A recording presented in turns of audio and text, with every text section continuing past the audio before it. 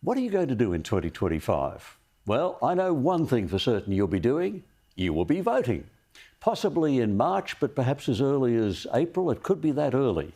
And how are we going to vote? Well, it may depend on whether your 23rd pair of chromosomes are XX or XY, because we're told men and women are interested in different things. Women more aggrieved about the cost of living than men. And there's a gender split on key election issues generally.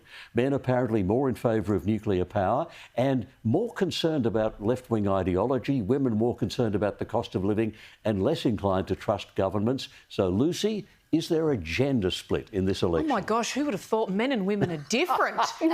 Shock me, Kel. This is a revelation. What do we do with it? I mean, look, I was listening to Caroline De Russo talk about this earlier with Danica De Giorgio, and I tended to agree with her line of thinking in that, you know, I know that we like to argue, and I guess in many respects now we're a modern and evolved society. The roles have changed in the household. I certainly still adopt a very traditional role in my household. I'm the one doing the groceries, the cooking, the cleaning and all those sorts of things, and my husband is the hunter-gatherer, providing for his family, God bless him. But, you know, I'm the one that's seeing the daily costs. I'm the one going and seeing just how much I'm getting for $100, which is barely 2 bags of groceries.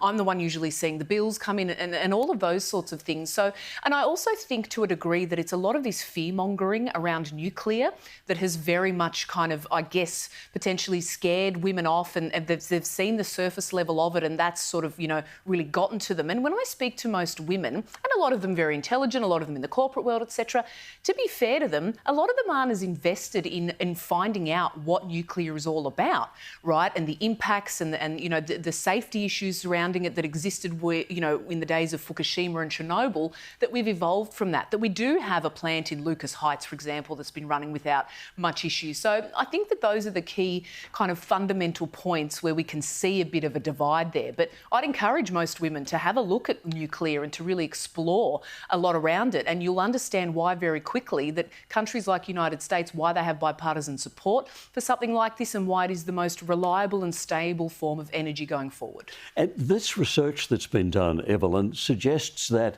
the parties, neither party has got policies that really appeal to women, that both parties are actually failing to reach women voters. What do you think? Yeah, it's an interesting one. I mean, if you look statistically, women tend to vote more left side of politics and men tend to vote more right, which is why if you look at American politics, they, you know, the Democratic Party focus so hardly on things that they think women are going to like abortion and those sorts of things. I know, that's very true. But, you know, I think it comes down to, like, the nature.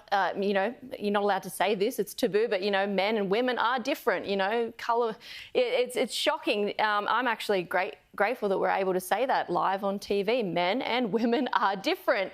And I think the reason why perhaps women vote more left is because we are, by nature, more nurturing, more caring. So these socialist policies tend to tug at our heartstrings. You know, these things like, well, we want to make everybody not be poor. And that's a noble and moral way for us to think. But I think the anchoring part is when you get like that you know, voice of reason or the reality check that it doesn't actually work out that way in the end. And perhaps, like, you know, it's good that we're having these discussions so that women can learn more if they perhaps haven't heard about nuclear. Maybe their circles haven't heard the other side or the other opinion. And now that women are more aggrieved about the cost of living, which has come out of here, they can start having conversations with people outside of, you know, their usual talking structures and hear, you know, the other side. It's not scary being right wing. It's not, you know, we're not demons. We're not this awful thing. Welcome all of you. Come. Exactly. And so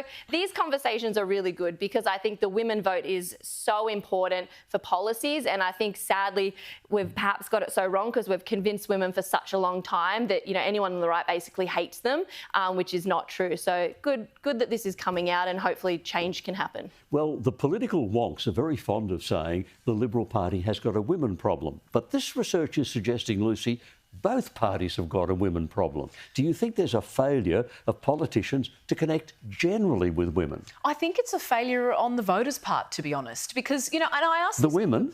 Yeah, well, just on voters in general. And I remember asking this question the other day on Talkback Radio with 2GB and saying, how much do you know about the people you're voting for? And this applies to both men and women, right? I genuinely believe that a lot of people that are going to the polls, and we had this debate very much so last night about whether or not this is going to be a referendum on energy and how much the impacts of inflation, cost of living, etc., will wager into how they cast their votes come May, if it is May. But ultimately for me, I think it's up to voters to really do their research. I watched a shocking piece of footage on another program a couple of weeks ago in which they were interviewing people on the streets of Melbourne and asking them who the premier of the state was. Oh, really? And people went, I don't know. They started showing photographs and the girl that was being interviewed... how old this person was? Oh, we're talking like probably 20s, 20s to 30s. Probably late 20s, and they showed photographs to this young woman and said, "Can you recognise this person?" And you know what she said? She goes, "Oh, she looks all right." And I went, "What?" And these are people who are going to the polls that are going to decide the future of our country. That's why, in America they espouse that view of, this is one of the most important and key elections of our lifetime. I very much feel that way about this election for us in Australia. Maybe it's our fault. Maybe as the media we are not communicating with the right people. Are we letting down if young people don't know, right? If the 20-year-olds don't watch Sky News, if they're not shame wise, on you. Somewhere along the line they must be getting information, and the old news sources seem not to be playing that role.